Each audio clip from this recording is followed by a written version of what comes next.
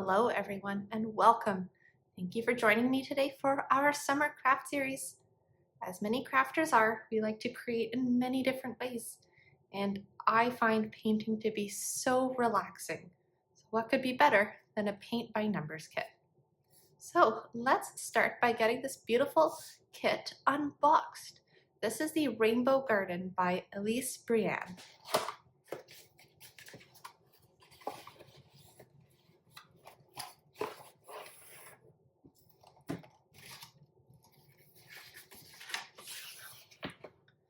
So right away you can see that it comes printed on a really nice canvas on a wooden frame. The kit comes with 20 different colors of paint, each of them in their own little paint pot.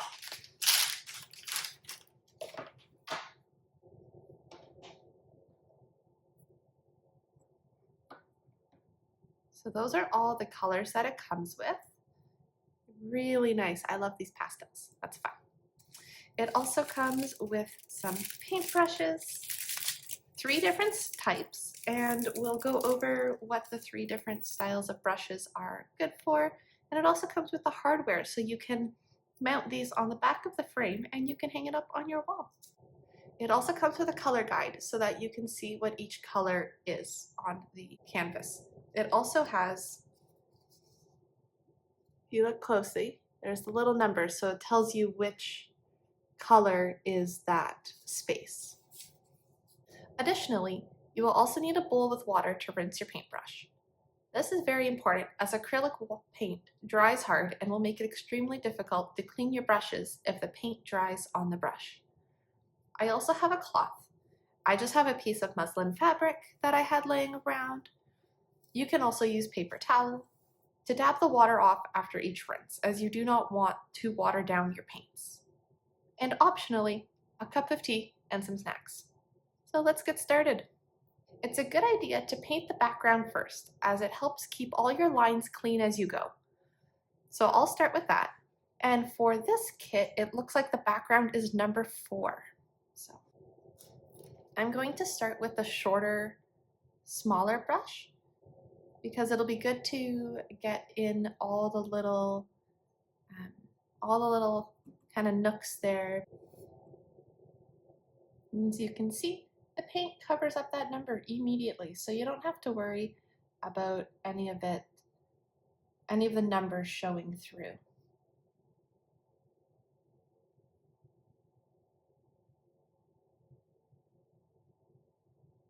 The pattern goes off the edge a little bit, so I'm just going to get that bit right now. And because I'm right-handed, I am starting on the left-hand side of my canvas, just so that I don't accidentally stick my hand in the paint.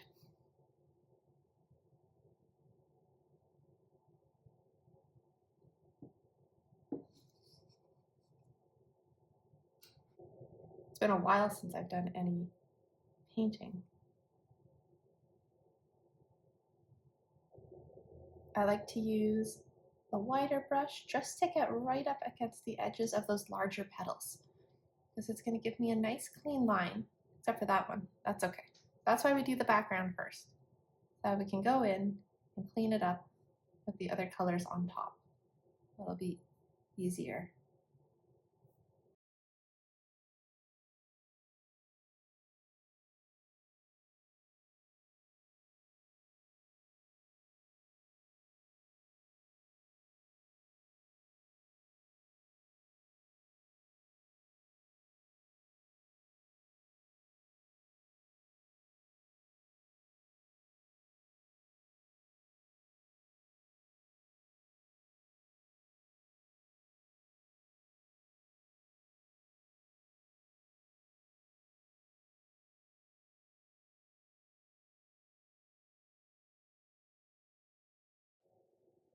Now there is a spot right here that I just filled in. And the way I did that one is I started by only pressing very lightly with the brush, and then I pressed a little bit more firmly just to make the brush fill in that whole space all in one brush stroke. You're just going to start right lining up the tip, push the brush flatter, and then it fills it all, the whole space in one brush stroke. That's nice if you want it to get very smooth lines. I've kind of got a mixture of both, so I may have to go over and do a second coat of paint, but we'll see. Now, I'm not super worried about going over the edge of the lines here, because what I'd like to do when I'm done is find some maybe some reused wood or something and make a little wooden frame for this to sit in. There's also picture frames that are designed for canvases, so you can also put it in a frame if you wanted. Alternatively, if you just wanted it out as is and you wanted that to have that nice clean line, you could use something like some painter's tape to cover it, or you could paint this. I think there's going to be enough paint left over. You could probably fill it in with one of the colors if you wanted as well. And then even though I'm not changing color, I do like to clean my brush once in a while just so that the paint doesn't get gummed up and you don't have too much paint on your brush.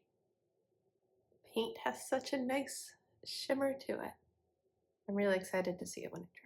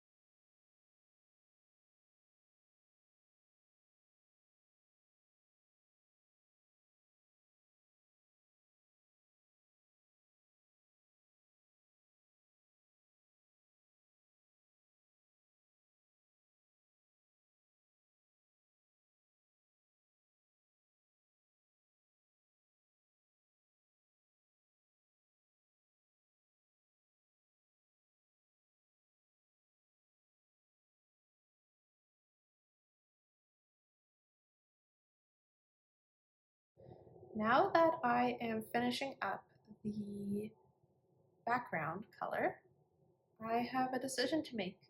I can either go color by color, or I can go flower, like one flower at a time, and that's kind of what I'm thinking of doing. So I might start with the big sunflower because it's going to be super satisfying, and I'm so excited for the yellow. It's just so cheerful. So now might also be a good time to change your water and take a break. So I've changed up my water, and let's get started on that sunflower just down in the bottom corner. Start with number 9.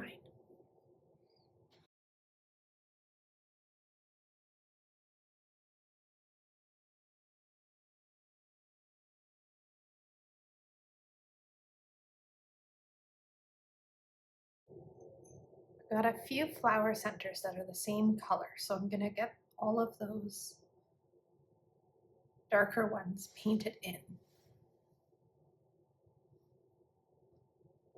When you're done with the paint color, make sure that the lid makes a nice click.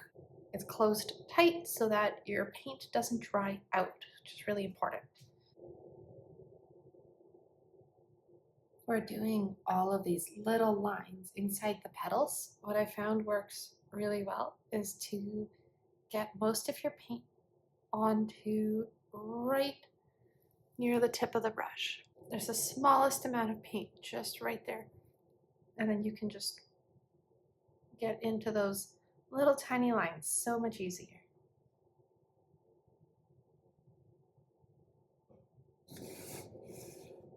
While this one is drying, I'm going to come over here and work on that same color so that I can do, so now I've finished the darker yellow, then I'm going to go in and do the lighter yellow, and then I'll be able to come back and do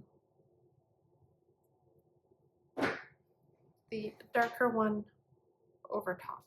So we need 11. And I'm not worried about getting paint over the edge onto this one because it's going to be a darker brown. So if I got a little bit of yellow there, it's not going to show. Just nice.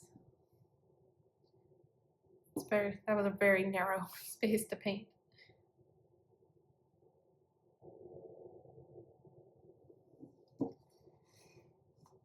Now what I should have done with this flower, like I started with this one, is start with a lighter color, because then you can go in with a darker color afterwards and fill in those tricky little spots, and you can cover up your mistakes a little more easily. So for this flower, maybe not today, but I'm gonna have to go back in with the darker orange and clean those spots up. But like all crafts, it's okay to go in and touch it up afterwards. It's okay to make mistakes. And there's nothing wrong with that. It's a great practice for mindfulness as well. Taking your time, and like I've already found 3 other spots for the background paint color that I missed. So just, and I find that's something with paint by numbers as well, is it's really easy to miss little spots, and that's why it's okay to go back.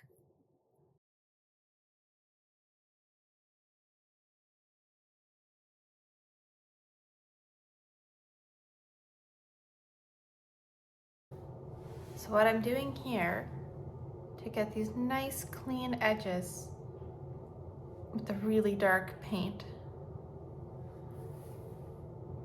I'm putting a few little dots of paint in the middle, just like so, and then I'm just kind of pushing the edge of the brush until I reach that brown sunflower center, and then it's going to give me a nice clean edge without going over. I found that this makes filling in this section a lot easier, and you don't have to worry, as long as you take it slow, about getting the black paint on your yellow petals.